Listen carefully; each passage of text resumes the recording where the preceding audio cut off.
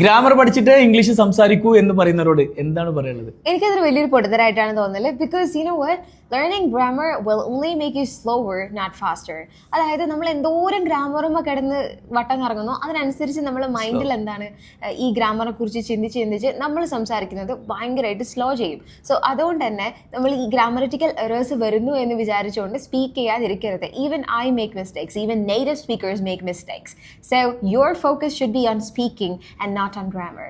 അപ്പൊ ഷെയ്ഖ് പറയുന്ന പോലെ തന്നെയാണ്. അതായത് നമ്മൾ ഗ്രാമറിൽ ഒരുപാട് ഫോക്കസ് ചെയ്യേണ്ട ആവശ്യമില്ല. ഓക്കെ, കുറച്ചൊരു ബേസിക് ഗ്രാമർ അത് മതി. നമ്മൾ സ്പീക്കിങ്ങിലാണ് ഫോക്കസ് ചെയ്യേണ്ടത്. ഓക്കെ, നമ്മൾ കൂടുതൽ ഗ്രാമർ പഠിച്ചാൽ അത് നമ്മൾ എന്തായാലും സ്ലോ ആക്കും. അപ്പോൾ ഗ്രാമർ കൂടുതൽ പഠിക്കണ്ട. ഓക്കെ, സംസാരിച്ച് പ്രാക്ടീസ് ചെയ്തിട്ടാണ് പഠിക്കേണ്ടത്. അപ്പോൾ അതിനുള്ള നല്ലൊരു അവസരവും നമ്മളിവിടെ ഇംഗ്ലീഷ് ഹൗസിൽ ഒരുക്കുന്നുണ്ട്. നിങ്ങൾക്ക് നിരന്തരമായിട്ട് നമ്മൾ ട്രെയിനേഴ്സിനോട് സംസാരിക്കാം. അങ്ങനെ സംസാരിച്ച് പ്രാക്ടീസ് ചെയ്ത് ഒരു 1-2 മാസം കൊണ്ട് തന്നെ നല്ല രീതിയിൽ ഫ്ലുവൻസിയിലേക്ക് പോകാൻ പറ്റും. അപ്പോൾ ബയോയിൽ വാട്സപ്പ് ലിങ്ക് ഉണ്ട്. നമ്മുടെ പുതിയ ബാച്ച് ഉടനെ സ്റ്റാർട്ട് ചെയ്യുന്നുണ്ട്. ജോയിൻ ചെയ്യാം. Thank you so much.